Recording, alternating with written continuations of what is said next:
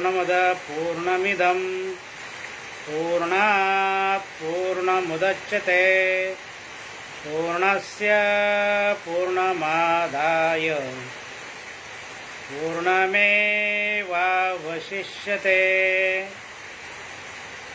आज आपण बघूया ईशावास्य या उपनिषदातील मंत्रांचा अर्थ।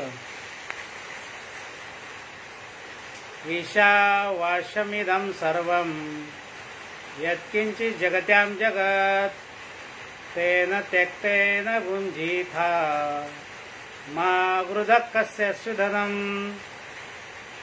अखिल ब्रह्मांडात जे काही जड चेतनरूप जग आहे हे सर्व ईश्वराने व्याप्त आहे, म्हणून ह्या ईश्वराचे स्मरण करीत त्यागपूर्वक भोगा, त्यात आसक्त होऊ नका। कारण धन पदार्थ भोग्य पदार्थ कोणाचे आहेत, अर्थात कोणाचे नाही, म्हणून कोणाच्या धनाबद्दल आसक्ती बाळगू नका। जय मल्हार।